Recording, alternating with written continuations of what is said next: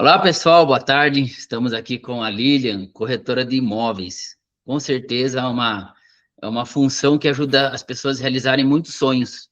E ela vai nos trazer aqui uns conteúdos, umas informações muito importantes para nós que queremos comprar nosso primeiro imóvel, financiamento, vários outros conteúdos que ela vai nos ajudar a nós termos essa base de informação para tomar decisão nos imóveis que a gente quer comprar, seja um apartamento ou seja uma casa.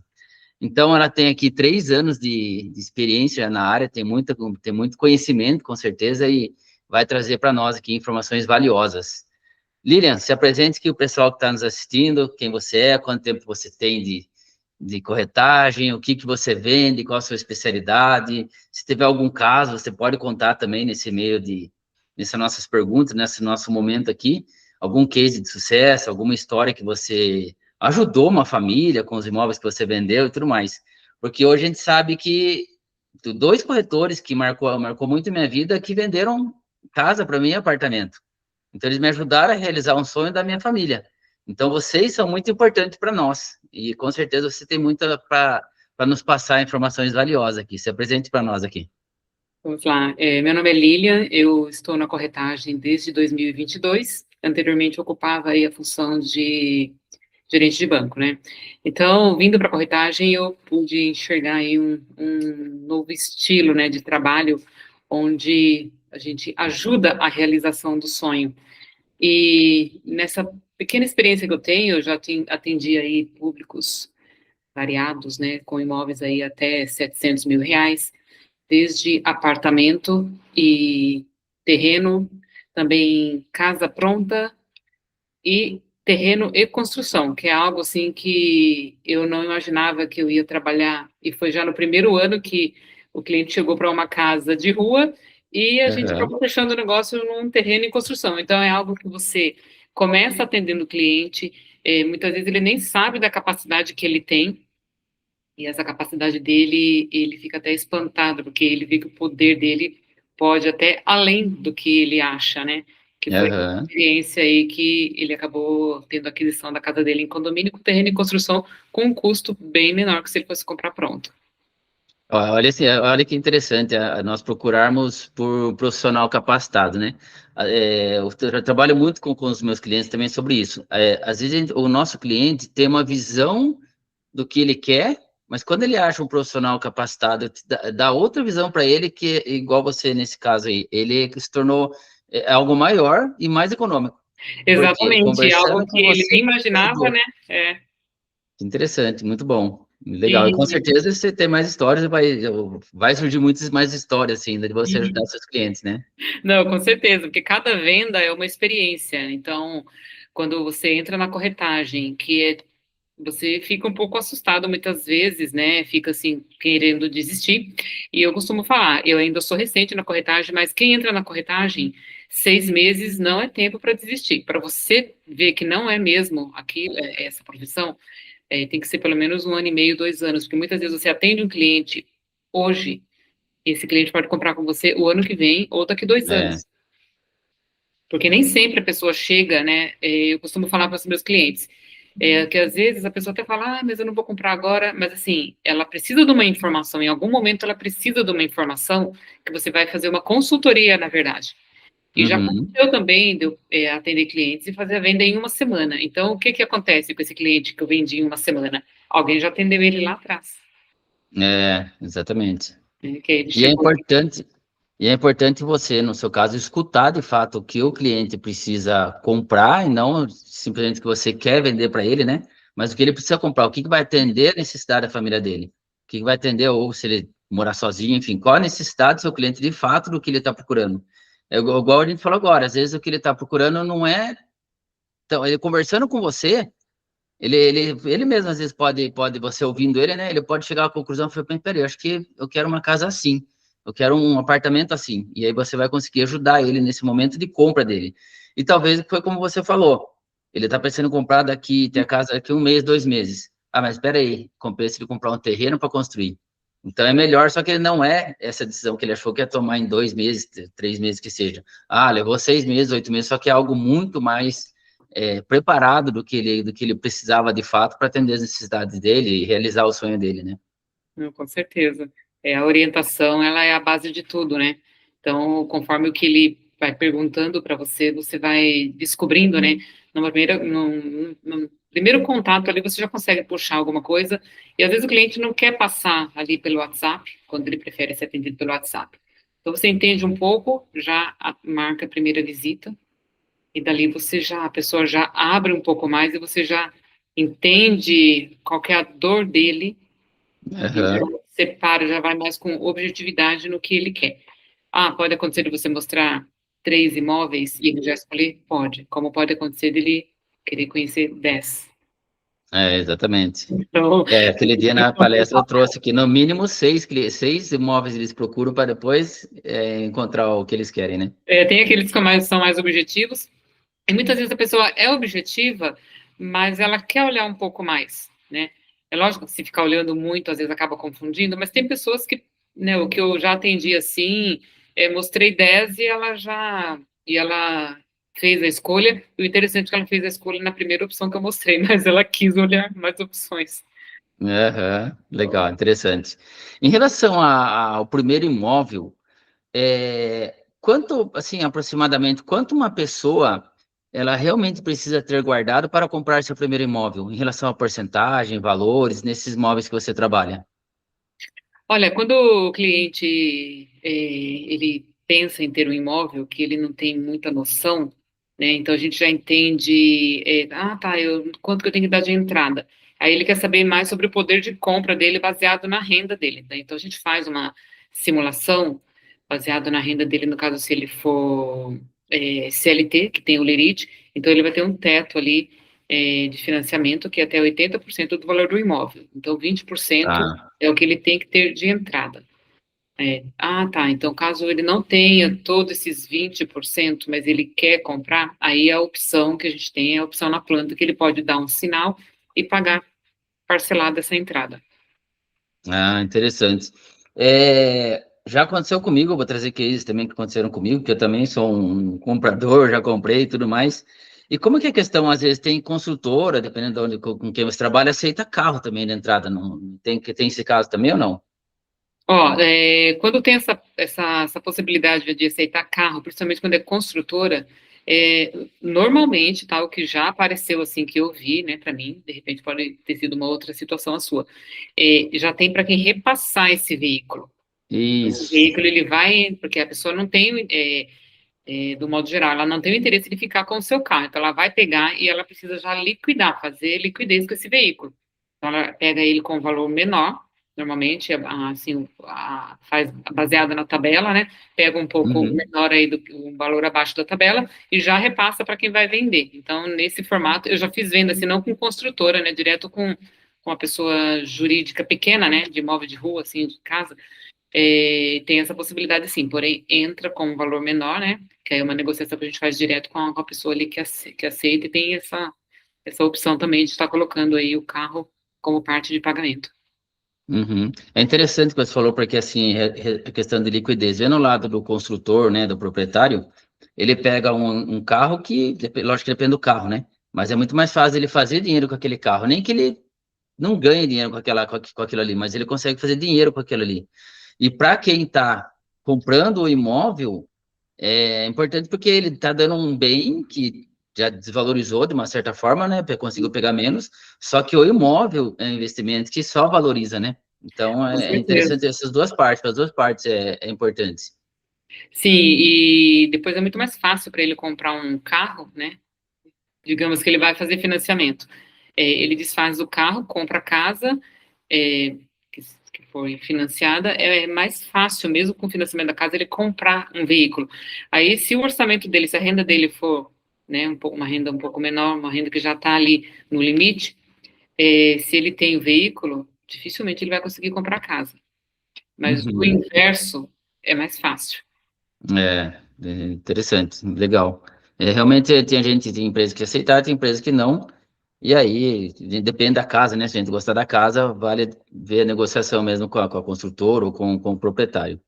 O E carro se ele é mais fácil mesmo de estar entrando no negócio. Carro terreno. No caso, você vai pegar uma casa de condomínio, o que entra bastante também na negociação é apartamento de valor baixo, até uns 200, 300 mil. Carro e apartamento. Ah, por que Então, valor baixo? porque também a pessoa tem a intenção de estar vendendo ou alugando. E aí vende mais rápido, né? Ah, ok. O giro é mais rápido, tá certo. E é nessa média de 300 mil? É um É um valor exemplo. Eu vou comprar uma casa de 900 mil ou 1 milhão e tem um apartamento para dar no negócio, esse apartamento é de 300 mil, tem grande chance de aceitar. Ah, eu vou comprar uma casa de 1 milhão, mas eu quero colocar um apartamento no negócio de 800 mil, já é mais difícil de aceitar. Não vou falar impossível, porque tudo pode acontecer, mas é mais difícil, porque ali está quase o valor do imóvel, né? tá. Então, até Isso, 30% do valor aí tem mais facilidade. tá, isso vendo a questão da construtora, no caso, que ela quer pegar para revender. Mas se é E, um proprietário, por exemplo, não sei se você trabalha com proprietário direto, por exemplo, tem minha casa e quero que você venda. E alguém pode oferecer uma casa que eu posso querer morar nela. Isso, no caso que você falou, é mais construtora, que ela quer, tem que pegar e para revender, né? até quando a gente, rapidamente, quando a gente pensa em construtora, a gente já pensa nos prédios, né? Mas aí no que você está falando é mais assim, em casa mesmo, construtores, né? Que a gente tem mais Ok. contato com eles. E que constrói a casa e vende. Aí, no seu caso, que é um terceiro, que você não mexe com isso, mas você quer vender a sua casa. Então, eu conversando com você nessa negociação, eu já vou perguntar para você se você aceita uma permuta. Aí você vai Uhum. falar, ó, eu aceito carro até X valor.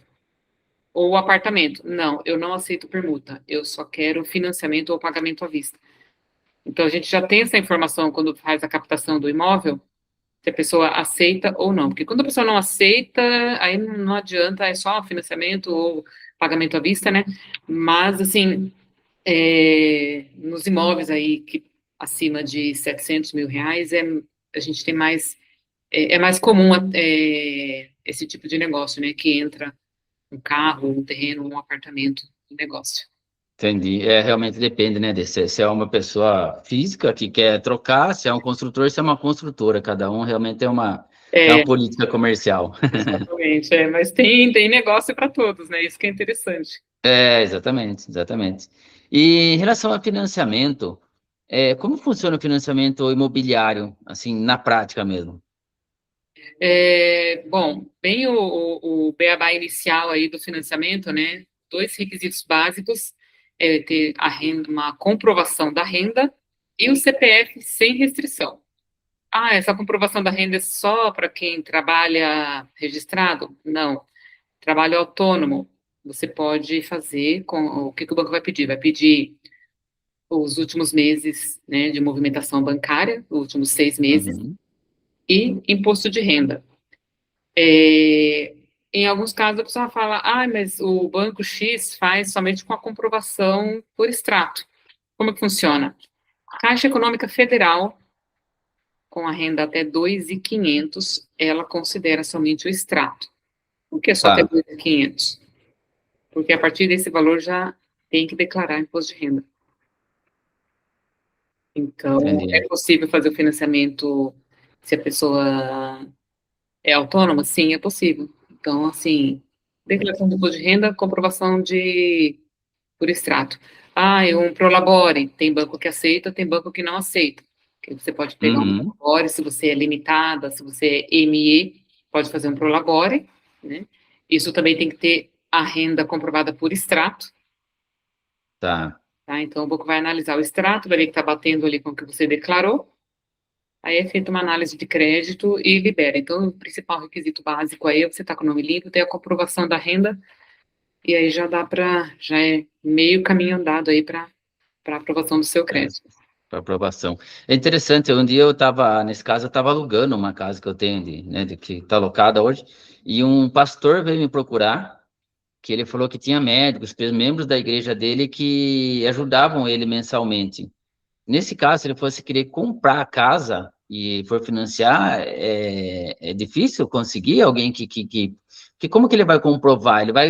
Aí é por extrato, né?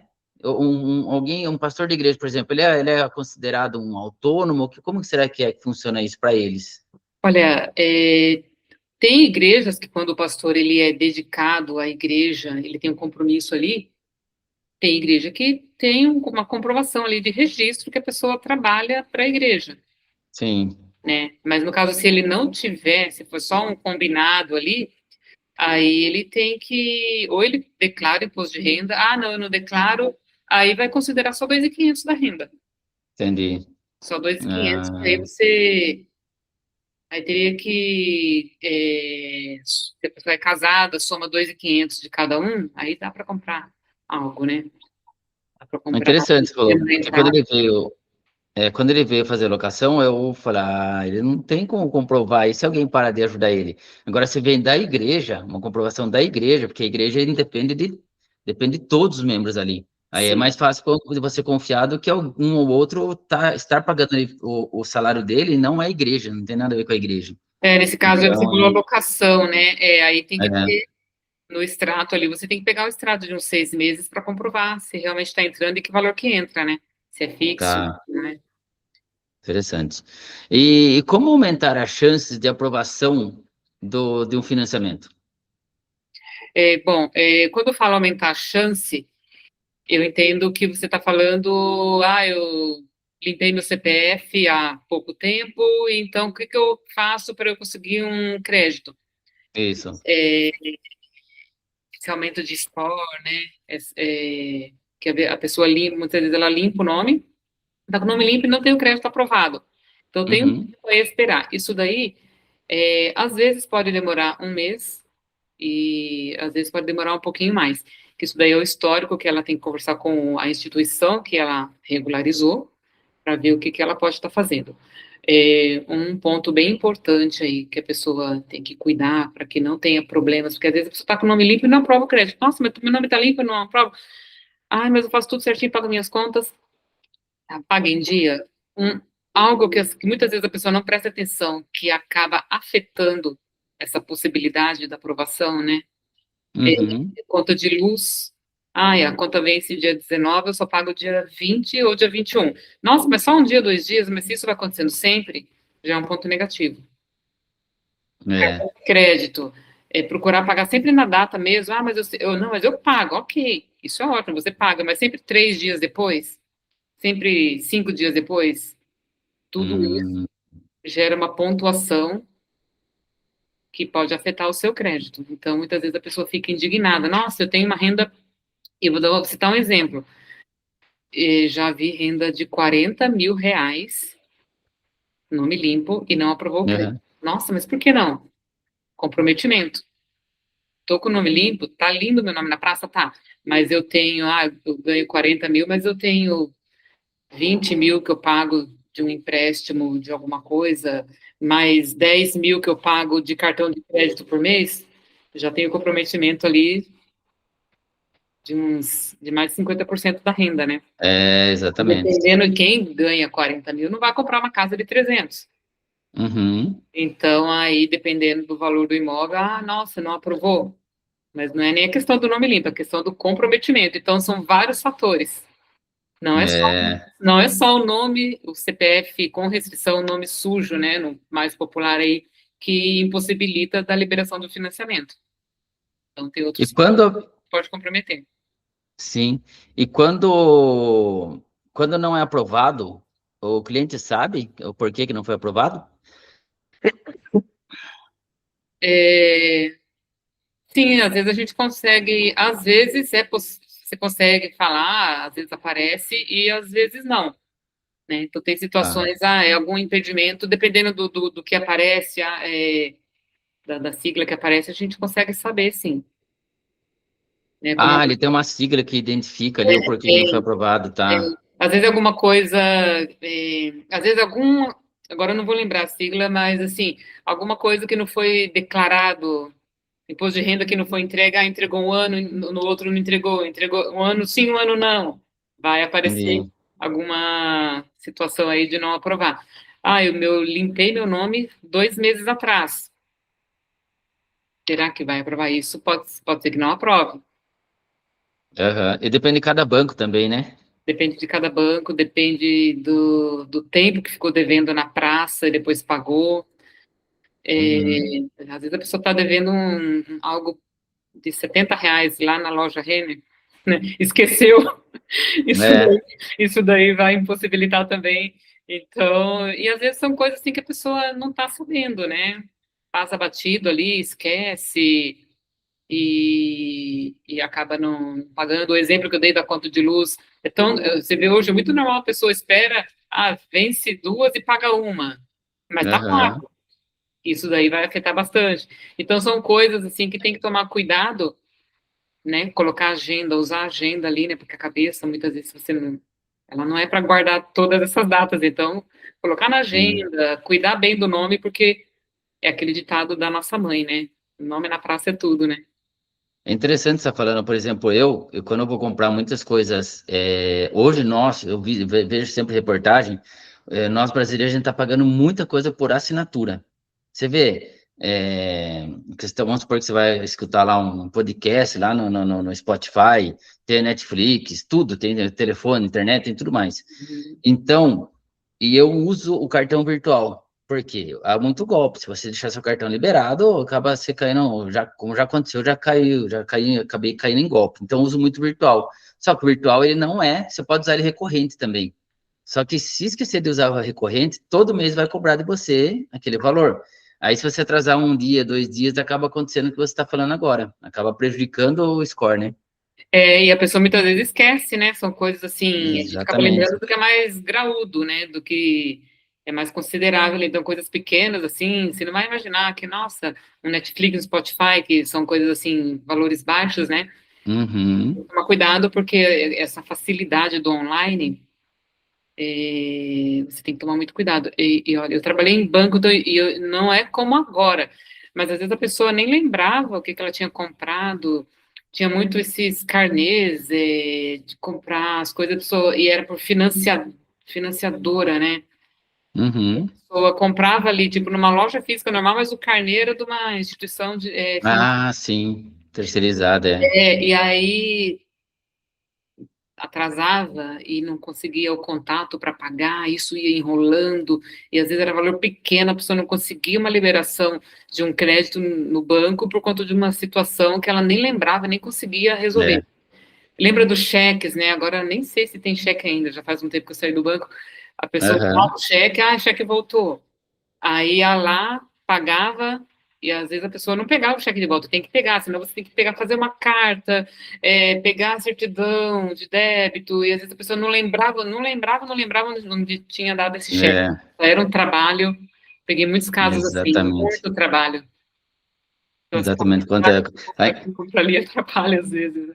aham, mas ainda tem cheque. Eu pago um fornecedor só com cheque. Ah, é? Ele quer cheque, daí ele repassa. Nem lembrava. E, e as pessoas também, assim, com certeza, nós, né, a gente sempre pergunta como usar o fundo de garantia para comprar um imóvel. Fundo de garantia é muito importante aí, essa questão, porque nem todo financiamento, mesmo você tendo fundo de garantia, você consegue usar, né? Então, o primeiro ponto do fundo de garantia, independente de ser o financiamento pela Caixa Econômica, regra do fundo de garantia, tem que ser primeiro imóvel. Ah, Mas eu tenho um ah, imóvel lá na Bahia, e aí eu me mudei aqui para São Paulo a trabalho, alguma coisa assim, quero comprar outro imóvel, aí pode ser comprado com fundo de garantia, né? Porque é tá. para moradia sua ali, né? Então, o foco principal aí é primeiro imóvel. Eu posso comprar um terreno e usar o fundo de garantia? Não. O Hum, objetivo do fundo de garantia é imóvel de moradia. moradia. Você não vai morar no terreno, então eu não posso comprar terreno com fundo de garantia. Tem que ter mais de 3 anos de registro para você poder utilizar o fundo de garantia. Uhum, Esses 3 anos não precisa ser no mesmo emprego, pode ser outros empregos, né? Fiquei um ano em uhum, um ano em outro, um ano em outro, e agora eu estou em outro. Tem mais de 3 anos registrado. Então, requisito básico aí, primeiro imóvel, não pode ser terreno, tem que ser moradia. aham. Terreno e construção, né? Que é o caso que eu peguei, a pessoa não sabia e ela tinha FGTS, ela pôde usar o FGTS dela. Ah, terreno em construção. Terreno e E construção. daí já tá visando a moradia, tá? No financiamento junto ali, ele é de terreno e construção. Ah, se eu for comprar só o terreno financiado, não, não pode usar. Eu tenho terreno, vou construir, pode usar o fundo de garantia. Por primeiro imóvel, pode usar o fundo de garantia. E aí tem essa questão, eu tenho uma casa em Itu, quero comprar uma casa em Sorocaba. É, Aí já não vai poder, porque tem a questão da distância dos limites de município. tá. Então, tem umas regrinhas básicas do fundo de garantia, mas o principal objetivo é primeiro imóvel. Ah, mas aí o imóvel eu tenho, mas é longe, outro estado, mudei para outro estado, aí pode comprar também. Então, sempre focado na moradia. Ah, Ah, interessante. Olha tem só. o FGTS, um ponto aí que eu consegui, eu fiz agora, recente, até está no cartório já, que muitos corretores não sabem. Então, quando a gente não sabe, a gente não pode falar se não tiver certeza. Olha, não sei, vou verificar. Aham, Tenho dúvida, vou verificar. O cliente, 150 mil de FGTS, e a diferença, e quer comprar um apartamento, quer usar só FGTS e recurso próprio. Uma venda praticamente à vista. tá. Se você perguntar, você pode fazer esse teste, anota aí, tá? Se perguntar para 5 corretores, pelo menos 3 vai falar que não pode fazer. E pode, Verdade. E pode. pode. Porque eu acabei fazendo o teste, na hora que eu atendi o cliente ali, eu já mandei mensagem para o correspondente, porque pode ser que mude algumas regras, né? E detalhe, a pessoa é casada e a esposa já tem um apartamento. Porém, esse apartamento, quando ela casou, ela já tinha. Uhum, Porque, teoricamente, eles têm um apartamento, mas quer comprar outro. Ah, mas sim. não é primeiro imóvel. Mas nesse caso pôde, porque quando ela casou, ela já tinha o apartamento. E o imóvel a ser comprado era para ficar só. Ela até entrou no financiamento, mas o FGTS é do marido, Tá. entendeu? Parece um pouco confuso aí, mas assim, ele não vai entrar com financiamento. Usou FGTS e recurso próprio. Não é rápido, tá? Demora aí uns 3 meses, porque o banco quer que você faça financiamento. E É, é a exato. Caixa Econômica que vai liberar. Então, assim, aí eles ficam com aquela burocracia, passa no gerente, vai para o superior, do superior, volta, o outro assina, tal. Mas dá certo, sim. Ah, eu quero comprar uma casa, um imóvel. Não quero usar financiamento, tenho FGTS e recurso próprio. É, Uhum. é possível. Ah, que legal. Nossa, é tanta coisa que para nós realmente. Por isso que é bom, né? Eu volto a falar. Por isso que é bom conversar com quem é capacitado, com o corretor de imóveis, porque a gente tem uma ideia totalmente diferente. Só nesse tempo que a gente está, que você já me contou muita coisa interessante que eu não É, sabia, de fato. muitas Eu já vezes, comprei casa 2 vezes, já vendi casa, né? então, Interessante. o corretor, ele é mais um consultor, né? Porque não é só chegar e apresentar imóvel, É. catálogo, não é isso. Então, você ser corretor de imóveis é mais além do que você apenas apresentar um imóvel, né? Principalmente quando a pessoa, Uhum. financiamento. Ah, financiamento, vou lá, aprova, beleza. Ok, mas tem nessa pequena experiência que eu estou na corretagem, eu aprendi muito. E agora, por último, foi agora esse ano que aconteceu essa questão da FGTS, que aí eu falei, ó, Uhum. eu vou verificar. E aí, enquanto o correspondente não respondia, até perguntei para 2 colegas, não, não dá, não, não dá. Vendi um terreno lá conversando com o corretor, Nossa, parceria e com o terreno, não, não dá, não dá. Eu falei, vou ficar quieto, eu falei, vou esperar o meu concluir, tá concluindo agora, eu vou ligar para ele e vou falar, ó, lembra que você falou aquele dia? Dá, porque eu acabei de fazer. olha só, não, caramba, Eu sempre estou interessante. participando de live também, tem uma pessoa aí do crédito e financiamento que sempre tem live dele, Murilo Arjona é o nome dele, e aí Uhum. pesquisei ali, ele falou que podia, só que às vezes muda um pouco as regras, né, mas assim, meu correspondente, falei com ele ali, ele falou, ó, é possível, perguntei essa questão, porque um tem o imóvel, outro não tem, e deu certo, então já pensou se eu falasse, não, não dá? Então, imagine, perdeu o negócio. Depois o cliente vai Perdeu o no outro negócio. corretor e fala, dá, você falou que não dava, ou nem volta, né? Ia Nem perder o sabe que. negócio. É, exatamente. Por isso que é bom estar sempre Então, informado. Muito bom. Em relação à escolha de imóvel, Lilian, o que uma pessoa deve analisar antes de escolher um imóvel? Ó, baseado na minha experiência aqui em Sorocaba, que é uma cidade relativamente grande, né? Uhum, Ah, o que mais chega assim para mim, o que eu tenho visto, tá, o que que eu devo, como que é essa escolha? Primeiro a região, né? Quando alguém pergunta para mim, qual é a melhor região de Sorocaba? Eu não sou sorocabana, né? Faz 4 anos que eu tô aqui em Sorocaba, já morei em outras cidades, mas uhum, assim, a melhor região de Sorocaba, muitas vezes, quem mora na Zona Sul e na Zona Norte, quem mora na Zona Norte vai falar que a melhor região é lá. Quem mora na Zona Sul vai falar que a Zona Sul é a melhor. Então a gente não pode ir pelo que, como que eu posso, só pelo glamour. Não, Zona Sul é o metro quadrado mais caro, lá é a melhor região?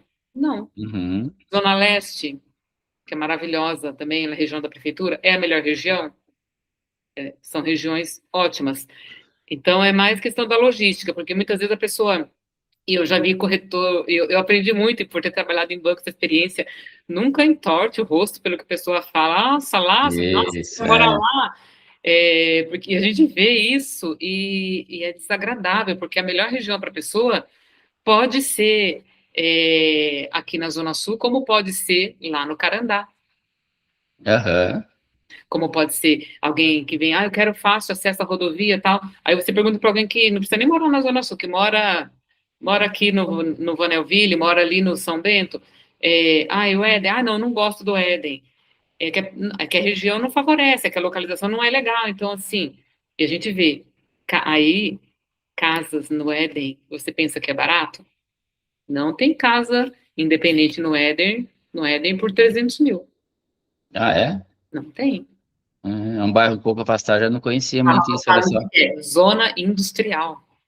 É, Então, lá é a zona industrial, né? Mais de 700 empresas. Então, casa de rua lá, 400, 450, 500, 550, tem esses valores lá, né? Então, uhum, tá, a melhor região, a pessoa trabalha lá no Éden. Qual que é a melhor região para essa pessoa? Então, normalmente ela já tem uma noção ali, ela quer por ali, né? A pessoa trabalha aqui para Raposo Tavares. Aí Raposo Tavares pode morar na Zona Leste, uhum, pode morar aqui na Zona Oeste também, né? sim, Então, a pessoa, ela, muitas vezes, ela já vem, assim, baseado no ciclo de vivência dela. Mas também já peguei situações, a pessoa acostumada aqui na Zona Oeste, a mãe, a rede de apoio toda aqui, mas a condição dela não dava para ela comprar aqui na Zona Oeste. E estava tranquilo também se ela fosse morar na Zona Norte. E acabou uhum, comprando na Zona Norte. Já atendi pessoa que tinha loja aqui no Vanelville e loja em um bairro da Zona Norte. E ela tinha condição para comprar nos dois lugares. Ela quis morar na Zona Norte. Eu vou falar para ela que a Zona Norte não é boa? exatamente. Então tem que tomar muito cuidado com essas situações, até mesmo de casa. Você olha numa casa e fala, nossa, meu Deus, que casa é essa? Eu não moraria. Você tem que ficar quieta, porque o cliente gosta da casa que você imagina que você nem imagina que vai vender a casa. É, Eu tenho cliente para todas as localizações, tenho cliente para todo o estilo de imóvel, então a questão da localização tá muito ligado ao trabalho, que é um ponto importante aí para a pessoa, uhum, porque quando a gente trabalha, o pessoal aqui em Sorocaba, ele é muito regional, né? Eu percebi isso. Mas, assim, eu não posso medir na mesma régua que eu, né, por ter sido bancária, é tranquilo para mim atravessar a cidade. Eu não vejo. aham, E eu sou de Itu. Itu, nossa, fala para ir no pessoal ir num bairro que é do outro lado da cidade, que não dá nem metade de Sorocaba, né? Nossa, parece estar falando que a pessoa vai para São Paulo. aham, Então, para mim mudar, né? Cada 4 anos eu estava numa cidade, então eu não tenho esse problema, mas eu não posso falar para a pessoa, não, você pode morar aqui, sua mãe mora aqui na Zona Sul e você pode morar na Zona Norte. Você tem que falar com uma sutileza, né? Principalmente se a pessoa não tem a condição de comprar numa região e comprar na outra. Porque acontece, às vezes a pessoa põe o pino ali, que é num bairro que ela não tem condição, você às vezes consegue direcionar para outro bairro, aham. às vezes ela consegue juntar um dinheiro por um tempo e comprar no bairro que ela quer também. É exatamente interessante. Mas vai dar a dinâmica de cada família, né? Eu moro afastado da cidade. Eu moro lá pro lado indo para Soiaba. Só que a minha rotina é aqui próximo onde está a minha empresa. Então, tá aqui meu filho estuda ali, eu estou na empresa, tenho o Pilates que eu faço tudo perto. Então, quando eu saio de casa, eu faço tudo perto aqui, mas eu gosto de morar lá. Por quê? Porque para mim é um lugar mais afastado, que é mais mato, então eu saio do estresse da cidade. E realmente é o que você falou. Muitas pessoas vão lá em casa e falam assim: nossa, você mora longe demais. Mas foi longe Uhum. para quem? Então, é muito relativo, né? No olho para quem, né? Então é interessante. E ainda falando em escolha de imóveis, né? Vale a pena comprar imóvel na planta? Outra situação que depende de algumas situações também. É, é meu primeiro imóvel, não é investimento. Uhum, É, tem pouca entrada, quer prazo para pagar, não tem tanta pressa de pegar o imóvel. Ok. sim. Tem situações também que a pessoa tem a entrada cheia, né? Toda a entrada, os 20% ali, e compra na planta também. É muito questão do momento dela, do Uhum, prazo que ela tem para mudar. Se for investimento, é uma opção muito boa também, porque o principal, o ponto forte aí do imóvel na planta é que quando ele lança, se você compra no começo, você compra bem mais uhum, barato, né?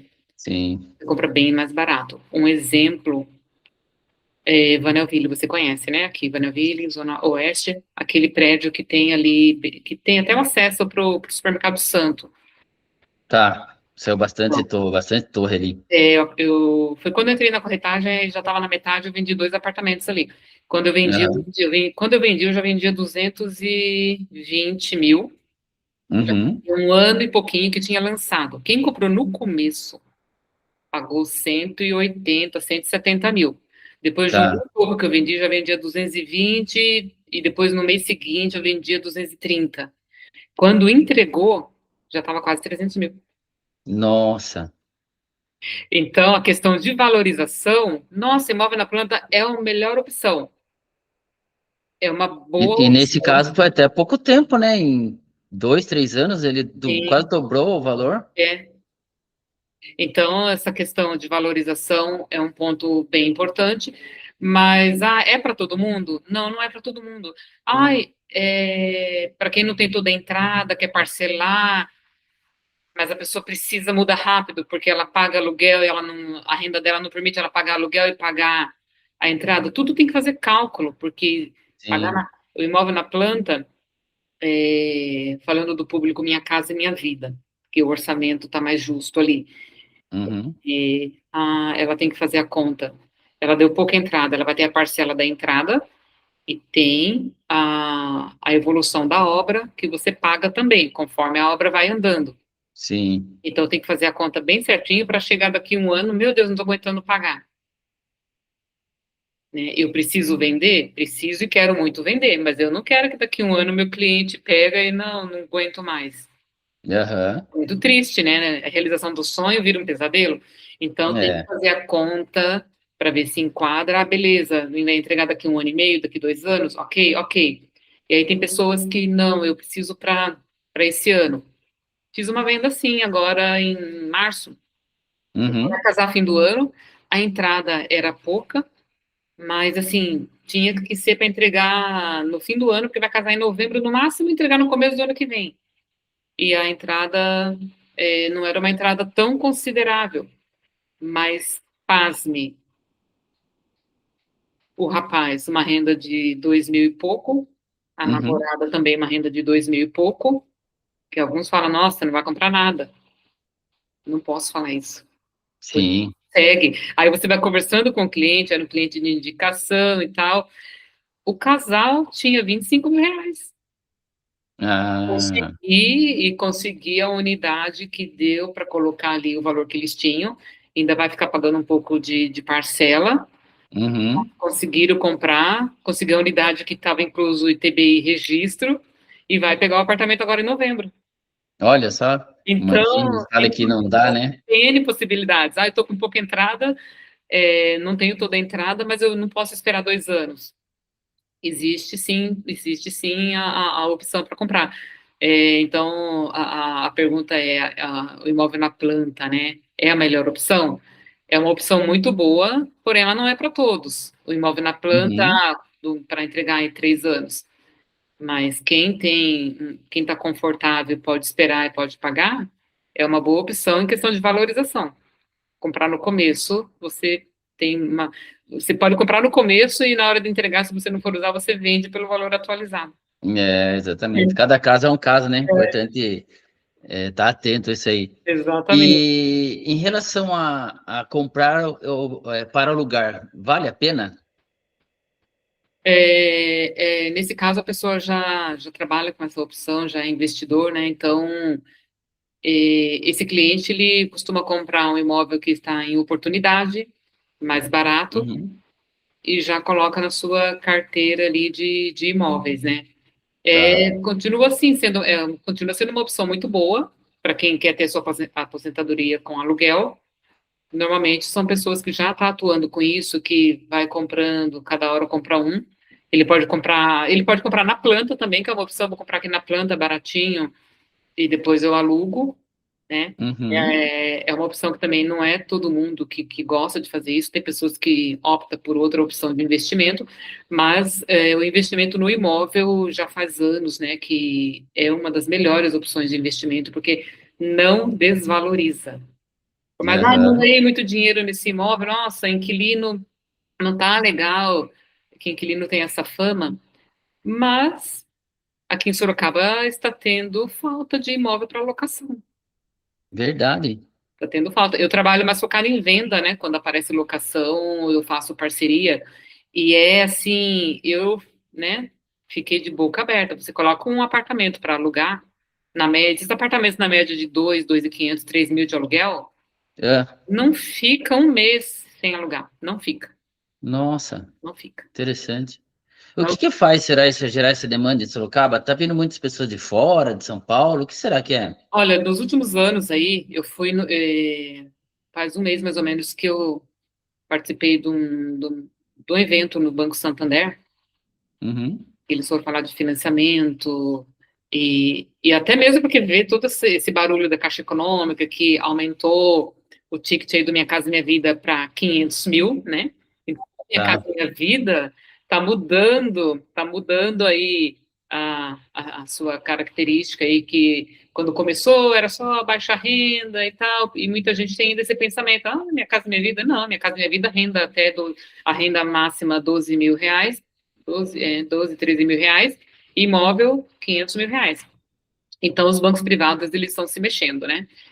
Uhum. E a informação que eu vi lá nessa reunião é que da pandemia para cá teve um crescimento, algumas cidades aqui da Redondeza, Indaiatuba, Campinas, acho que até Ribeirão Preto também estava ali nas cidades. Tinha aí umas 5 principais cidades. Sorocaba está em primeiro lugar de evolução de habitantes. Nossa, que interessante. Isso cresce tudo aqui, não só imóveis, todas as áreas Meu, aqui.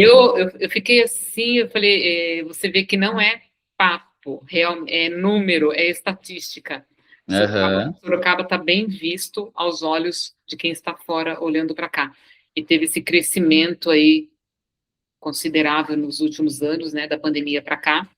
E é uma cidade que está em crescimento, porque é uma cidade que tem emprego, é uma cidade que só não trabalha aqui quem não quer mesmo. É uma Aham. cidade que está crescendo, muita gente de São Paulo, né?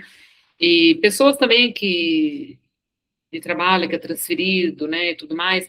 Então acaba tendo essa procura. Muitas vezes a pessoa não quer comprar o imóvel de imediato, quer alugar, conhecer a região, ver como é, para depois comprar o imóvel. Então acaba tendo bastante essa procura aí para locação. Aí quem é investidor quer comprar para alugar, pode comprar tranquilo, que vai alugar rápido. Ou quem precisa construir também, pode construir que vai alugar rápido. Exatamente. Até aluguéis de Interessante. condomínio, assim, aluguéis de 5, 6 mil reais. O pessoal É, tá procurando. informação E quem é interessantíssima. comprador, é muito interessante comprar seu imóvel, muito interessante, sim.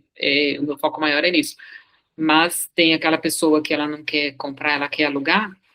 e sempre vai ter esse público também. Uhum. Quem tem imóvel sempre vai estar com o seu imóvel ocupado. É bem importante essa informação, hein? E você que é especialista em venda de imóveis, o que faz um imóvel vender mais rápido? Fazer o imóvel vender mais rápido, a localização é um ponto importante. Por mais que o bairro é legal, mas está em que parte do bairro, né? Está na parte de cima do bairro, na parte de baixo do bairro. Quando o bairro é muito grande, tem um ponto ali que é mais interessante, outro que não é. Localização, o imóvel em si, né? A Uhum. valorização do imóvel. É um imóvel que está bem localizado, é uma rua boa, é, o imóvel está bem acabado. Nada, não precisa ser nada assim, muito, nossa, é muito caro de acabamento. É um imóvel bem cuidado, bem Sim, limpo, bem, né, pintado, tudo bonito ali. Se tem modulado, móveis modulados na minha casa, ela vai incrementar um valor maior na venda? Não vai muito, tá? Aumenta um pouco ali, mas assim, de questão de valorização, não vai super valorizar. Porque numa sim. venda desse imóvel, e se for financiamento, tem uma avaliação para ver se o imóvel realmente vale aquele valor, e não considera muito questão de imóveis, né? O que vai entrar nessa valorização no caso de engenharia de banco? A metragem do imóvel e se tem suíte. Um imóvel com suíte, um imóvel sem suíte, ele tem uma diferença bem interessante Ah, de valor. suíte. É, suíte, um Enquanto mais quartos tiver, mais valoriza. Ou, por exemplo, Sim, aí tem é o três metro quartos. quadrado, aí é o metro quadrado, né? Um imóvel de 3 dormitórios, por exemplo, na Zona Norte, no São Bento, ali, por exemplo, um imóvel de 3 dormitórios, estou pedindo aí a média já de uns 450 mil. Dependendo do Hum, bairro, que aí o terreno é maior metragem, até mais, né? aham. Já tem 2 dormitórios com suíte por 390. 2 dormitórios com suíte, Zona Norte, 390. Zona Oeste, 2 dormitórios com suíte, 450 mil, 500 mil. Uhum. Então, valorização do imóvel é localização, bairro e o estado do imóvel, e metragem, né? Sim, sim. E como definir o preço correto de um imóvel? Que a gente às vezes quer vender imóvel e não acha que é tal valor. Ah, quero pedir tanto, mas não é assim que funciona, né? Então, como definir o preço de uma forma correta? É, eu tenho o corretor que ele faz a avaliação, que ele faz o laudo, tudo ali, ele é autorizado a fazer, né? Mas a gente fica sabendo, assim, do modo geral, né, a questão de valorização, de valor do imóvel. Tem aquele valor da pessoa que é sentimental, a pessoa que não mexe com construção. Ah, você comprou uma casa, colocou o primeiro tijolo e tal, aí você quer vender essa casa. Então vai ter o valor sentimental. Uhum. Valor sentimental, É. valor de mercado e o valor de venda. Digamos que você tem uma casa, aí, avaliaram para mim essa casa 450 mil, mas eu quero vender ela por 600. Ok, você quer vender por 600, mas avaliaram 450. Mas o valor de mercado dela é 380. Olha, O valor de venda. diferença É, aí. né? Então, o valor emocional é mais difícil de convencer a pessoa. Vai ter quem compra? Vai ter quem compra. Uhum. Num financiamento, se a pessoa está pedindo, a emoção da pessoa está muito elevada, e no financiamento já não vai ter uma trava ali, porque o financiamento vai o engenheiro avaliar se realmente vale aquilo. Uhum. Então, existe essa questão, valor de venda, valor de mercado, e aí, em alguns casos, valor emocional. Então, valor de mercado 450 mil, mas aí a pessoa chega lá, 400 mil à vista, faz negócio. Aí fez negócio, então o valor de venda foi 400, e não 450 o valor avaliado. Aham. Então, tem essa questão do valor. E, como que é calculado isso? É o bairro também, a localização, a metragem da casa, né? Aí você vê uma casa em determinado bairro. Aqui na zona oeste, oeste mesmo. Nossa, o bairro X, a mesma casa no bairro X é 500 e no outro bairro é 350. Uhum. Então, fazer um cálculo rápido, você vê no próximo ali o valor médio das casas. Aí de repente, é um bairro, por exemplo, mais simples. Não adianta você querer construir uma casa muito elaborada, que na hora de vender você vai ter problema. Não vai ter agregar esse valor, né? Exatamente, então tem que tomar cuidado, que muitas vezes você está num bairro legal, você quer construir a casa do sonho, uma casa maravilhosa, e muitas vezes a pessoa não tem esse pensamento de futuro. Uhum, Então, depois de um tempo vai querer vender, se a casa tiver muito incremento, aí acaba dificultando a venda, porque não tá no bairro certo, entendeu? uhum.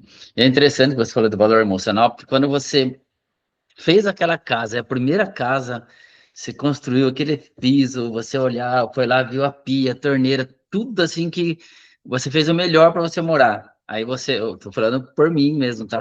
Você É. muda e fala, agora eu quero vender essa casa. Puxa vida, ó, eu lembro desse momento que eu tinha aqui, quando eu fui comprar o piso, essa porta. Aí é difícil sair do Quem valor vai olhar emocional, para comprar exatamente. não tem nada disso, né? Exatamente. Para ele é uma Exatamente. casa, depois ele vai fazer o lado emocional dele. E desse lado emocional, as pessoas viajam muitas vezes no valor. Uhum. Eu lembro Então, que foi o corretor um dia, quando a gente mudou, a casa tinha, o meu quarto era uma cor, o quarto dos meus filhos era de outra cor, a sala era outra cor.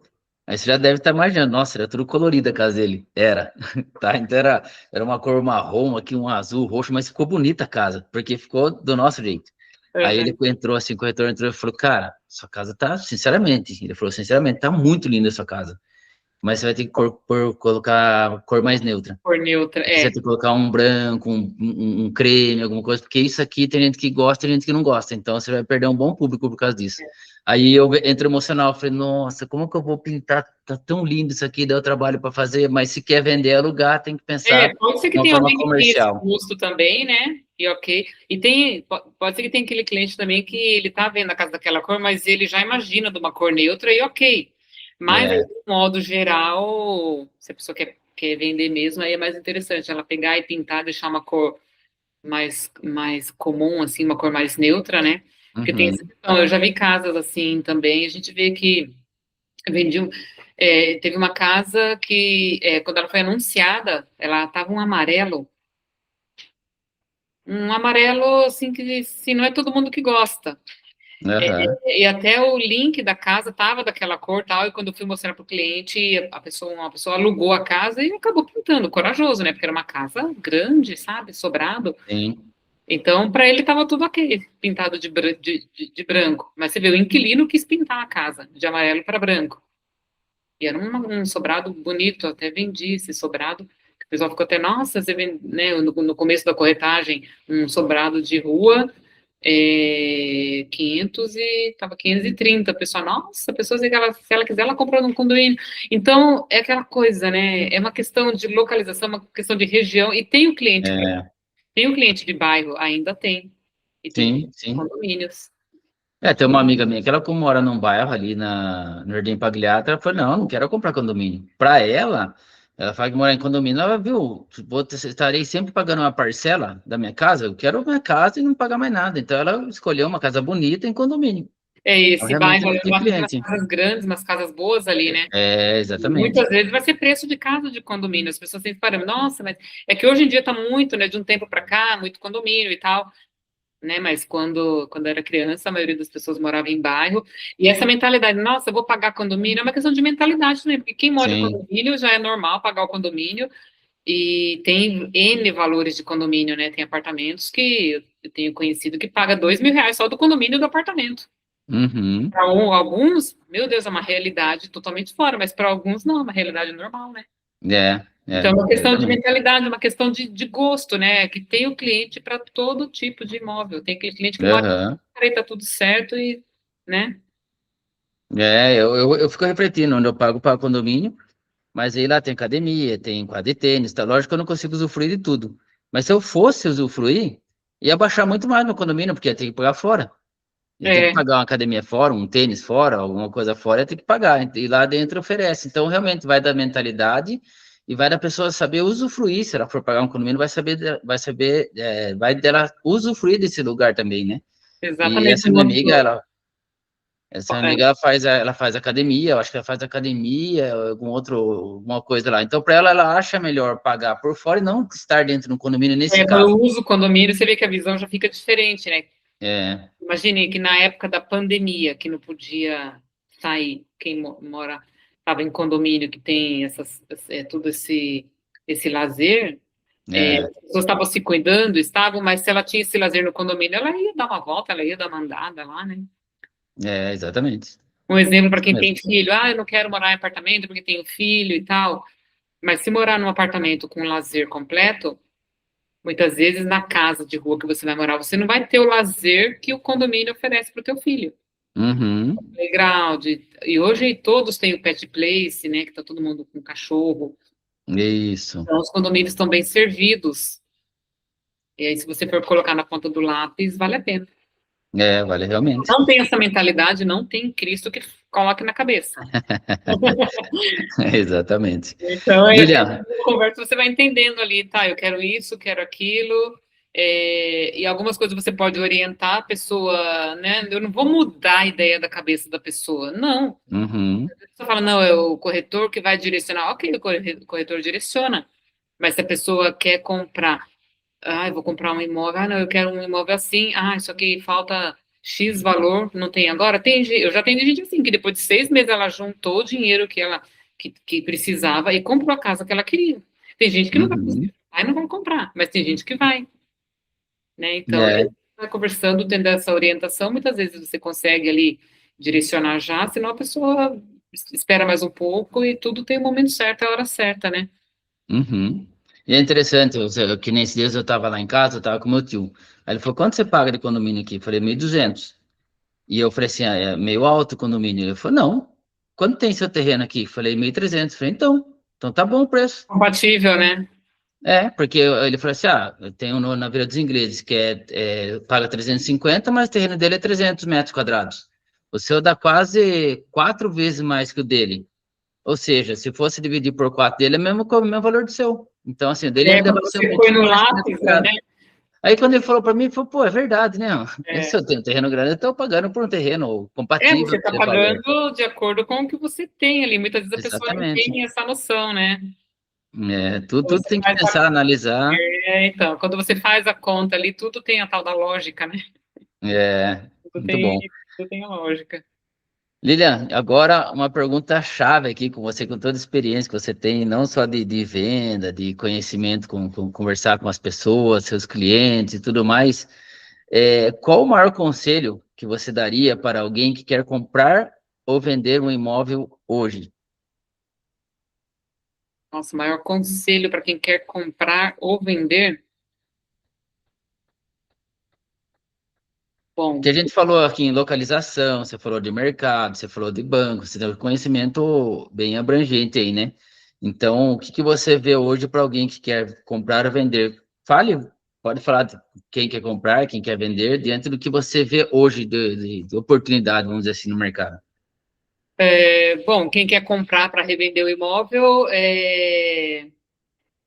o conselho aí é mais a pessoa entender a localização que ela quer e o objetivo. Eu quero comprar para investir. Quero comprar para alugar, um aluguel bem rápido. Então, aí tem as faixas de valores aí da locação. Mas eu quero comprar um imóvel para alugar 30 mil reais, 15 mil reais, tem esse público também. Pode ser que não seja Uhum, tão rápido que você comprar imóveis com aluguel rápido, porque eu já atendi esse cliente, ele falou, não, não concluí a venda para ele ainda, mas não, eu quero comprar apartamentos com que eu possa alugar R$ 2.500, R$ 3.000, que é o público que ele quer. Então, eu tenho que entender o público dele e já dar esse segmento. Não, casa ou apartamento? O que que aluga mais rápido? Casa ou apartamento? Casa aluga mais rápido, mas nem no uhum, público de casa, né? Então, entender se ele está totalmente sem noção, você procura dar um norte, se não conhece a cidade, mostrar algumas regiões da cidade, até que valor que quer, aí você vai enxugando e mostra as opções e mostrar em números também, né? Porque quem quer comprar para investir, você tem que mostrar em números. Quem quer comprar, você entender ali, muitas vezes a pessoa vem comprar, então você tem que ver se tem mais alguém que vai dar opinião nessa compra, né? A pessoa te procura, uhum, sabendo que a pessoa é casada, tem quantos filhos, então você já tem uma noção de dormitórios. Eu quero um condomínio, mas eu quero um condomínio até X valor. Então, aí você já vai direcionando a região que tem esse condomínio. Ah, não, mas eu quero esse valor, mas eu quero na região X. É mais difícil, mas você pode encontrar também, né? Então, o primeiro grande conselho é entender, sempre é entender para atender. Aham. E aí você já consegue ter uma otimização aí na seleção dos imóveis a mostrar para o cliente. Muito bom. Então, fica aqui meu agradecimento por esse tempo que você teve com a gente. Com certeza, quem estiver assistindo, são informações super valiosas, né? Para quem sempre pensa em imóvel, seja para família, para investimento, seja o que for. Primeiramente, que o imóvel, a gente sabe que, de fato, não desvaloriza, é o melhor investimento que tem, um dos melhores investimentos que tem, né? Por cada valorização, às vezes, até por pouquíssimo tempo, ele valoriza demais. Uhum. E fica aqui o agradecimento por esse tempo, essas informações valiosas que você trouxe aqui para a gente. Eu que agradeço também essa oportunidade de estar conversando um pouco, né? Principalmente que tem muitas pessoas que ela tem uma insegurança assim de falar com o corretor, né? Então, não é só na hora de comprar o imóvel que você pode procurar um corretor. Uhum. Às vezes não vai ser essa semana que você vai comprar seu imóvel, mas daqui 2 anos, procure um corretor de imóvel. Sempre você vai encontrar alguém que vai te orientar, né? Sim.